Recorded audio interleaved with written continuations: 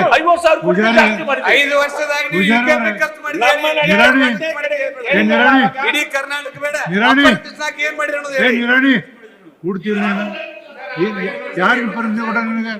ಕುತ್ಕೊಳ್ಳಿ, ಕುತ್ಕೊಳ್ಳಿ ಕುತ್ಕೊಳ್ರಿ. ಆಯ್ತು ಕೂತ್ಕೊಳ್ರಿ. ಪೂಜಾರಿ ಕೂತ್ಕೊಳ್ಳಿ ಕೂತ್ಕೊಳ್ಳಿ ಕೂತ್ಕೊಳ್ಳಿ ಕೂತ್ಕೊಳ್ಳಿ. ಬಿಡ್ರಿ.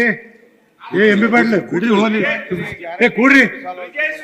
ಪೂಜಾರ ಪೂಜಾರ ನಿಮ್ಗೆ ಏನ್ ತಿಳಿದಿಲ್ಲ ಕೂಡ್ರಿ.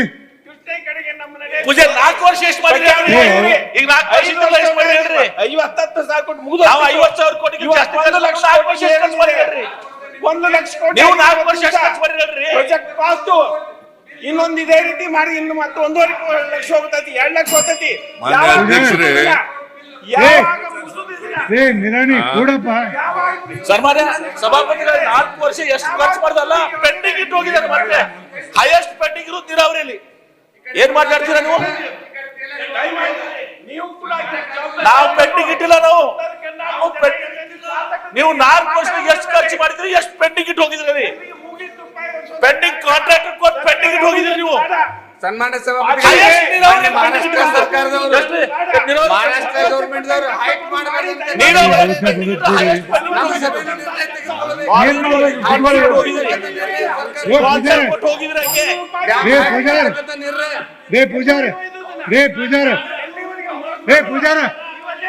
ಏನ್ರಿ ನಿಮ್ಗೇನು ವಿನಂತಿ ಇದೆ ಸರ್. ಮಹಾರಾಷ್ಟ್ರ ಸರ್ಕಾರದವರು ನಿರ್ಣಯ ಮಾಡಿದ್ದಾರೆ. ಇಲ್ಲ ನೀವು ಪರ್ಮಿಷನ್ ಕೊಡಬೇಕು.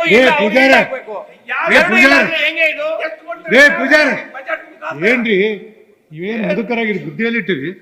ಮಾನ್ಯ ಅಧ್ಯಕ್ಷ ಸಭಾಪತಿ ಮುಗಿದ್ರಿ ಸಾಕು. ನಾನು